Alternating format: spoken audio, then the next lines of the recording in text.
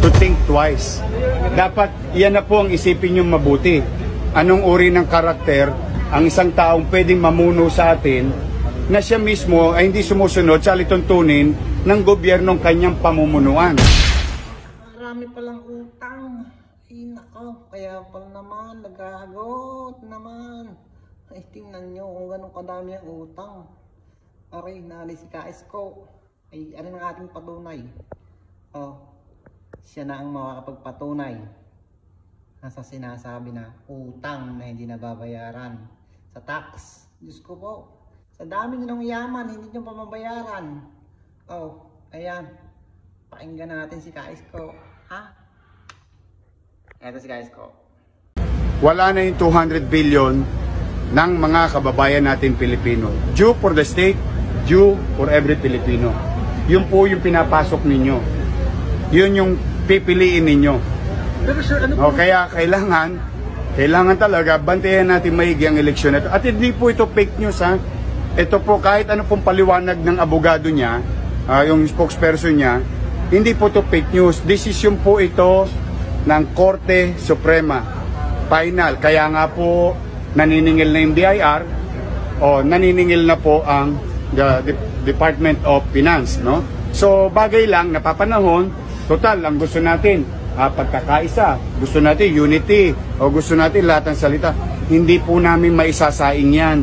Ang maisasaing namin, yung 200 billion, pwedeng pagamit sa mga nahihirapan nating kababayan. So yun lang naman ang punto ko doon. But Mayor, what does that say with the character of a potential president that they aren't paying their obligations to the government? And that's the time for you to think twice. Dapat yan na po ang isipin nyo mabuti. Anong uri ng karakter ang isang taong pwedeng mamuno sa atin na siya mismo ay hindi sumusunod sa alituntunin ng gobyernong kanyang pamumunuan. Ang masakit dito, of all the tax cases, tax evasion cases, tax evasion, no, is different, no, from this type of taxes. Ito ano lang to eh.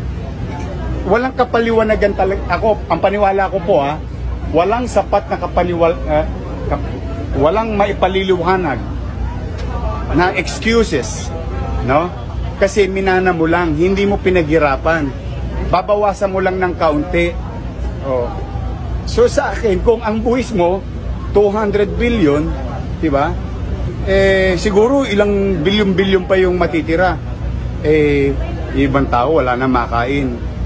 Wala na kanina nga, di ba, pinag-uusapan 4-day work na nga lang para lang makasurvive. Tama po si dating Senador Ferdinand Marcos Jr. Ang iniisip ng tao ngayon, trabaho. Ngayon, kung masisingil natin sa kanya yung 203 billion, marami tayong mabibigay na trabaho. Tama siya doon. At dapat siya na magsimula. Kung yung talagang iniisip niya ay malasakit sa kapwa, malasakit sa Pilipino. Kung ibibigay niya yung 203 billion nang bukal sa kanyang kalooban na wala na silang ginagamit ng magagaling na abogado o para palusutan ng batas, para linlangin ang tao, kung ako po sa kanya, gusto niya magbigay ng trabaho, wala po siyang gagawin na mahirap. Bayaran lang po yung 203 billion.